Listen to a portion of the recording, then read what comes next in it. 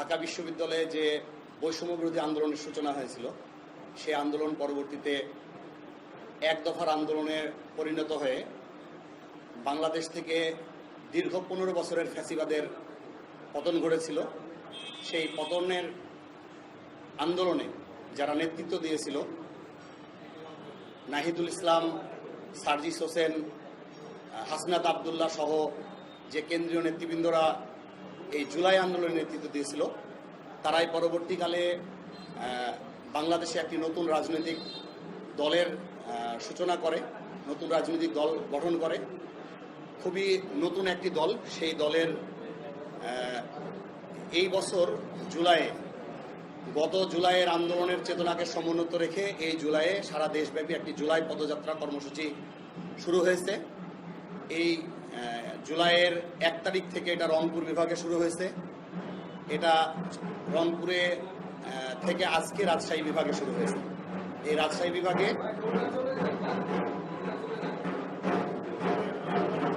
এই জুলাইয়ের যোদ্ধা, জুলাই সেনানীদের প্রতি যদি মানুষের এক্সপেকটেশন তৈরি হয়েছে, ভালোবাসা তৈরি হয়েছে, সেখান থেকেই সব জায়গায় রেসপন্স হচ্ছে। এই রেসপন্সটা রাজশাহীতে অব্যাহত থাকবে। আমরা আশা করি উত্তরাঞ্চলের এই রংপুর বিভাগের চেয়ে রাজশাহী বিভাগের এই রেসপন্সটা আরো অনেক বেশি হবে ইনশাআল্লাহ।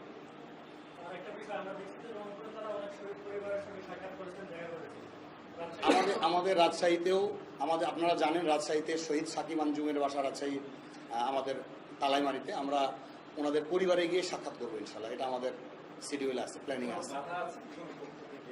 আমরা এখন পর্যন্ত রাজশাহীতে আসলে শান্তির নগরী। ইতিমধ্যে রাজনৈতিক দলগুলোর সাথে পারস্পরিক একটা ভালো সম্পর্ক এখন পর্যন্ত বজায় আছে।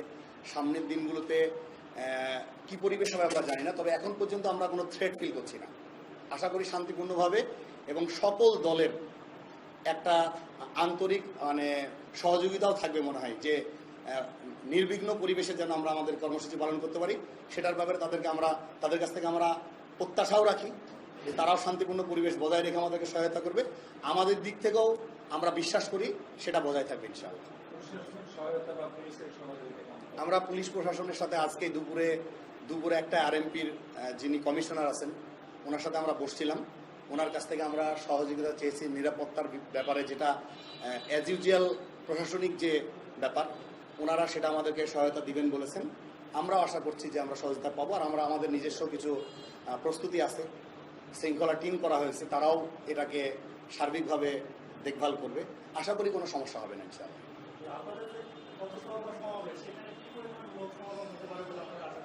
আমরা আশা করছি আমাদের 10,000 লোকের উপস্থিতির প্ল্যান আছে। যেহেতু এটা পথসভা, এটা কোনো জমন সভা না, যার কারণে আমরা খুব সংক্ষিপ্ত সময়ের মধ্যে আমাদেরকে প্রস্তুতি নিতে হয়েছে। আমরা 1010 উপস্থিতির প্ল্যানে আমরা কাজ করছি।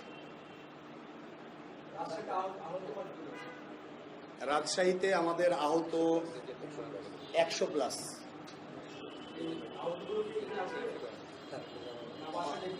না, বাসায় দেখতে যাবে না আহতদের, এত বাসায় তো এই অবস্থায় যাওয়া সম্ভব না। ওদেরকে সবাইকে আমরা আহ্বান জানাইছি।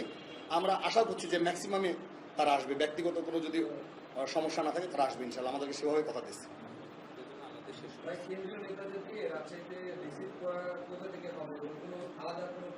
আমরা আমাদের রাজশাহীতে ঢুকবে হচ্ছে গুদাগাড়ি হয়ে, আপনারা জানেন চাঁপাইনবাবগঞ্জ থেকে যেহেতু আসবে, আমরা এখান থেকে গুদাগাড়িতে যাব। গুদাগাড়ি থেকে তাদেরকে আমরা রিসিভ করে নিয়ে আসবো।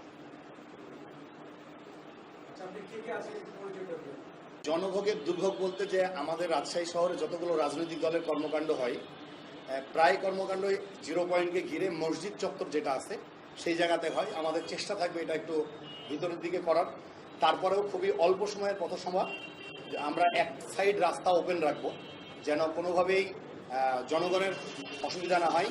আসলে জুলাই আন্দোলনের নেতৃবৃন্দকে জনগণের সাথে একটু ইন্ট্রোডিউস করা, তাদের সাথে একটু মোলাকাত করে দেওয়ার জন্যই আমাদের মূলত উদ্যোগ।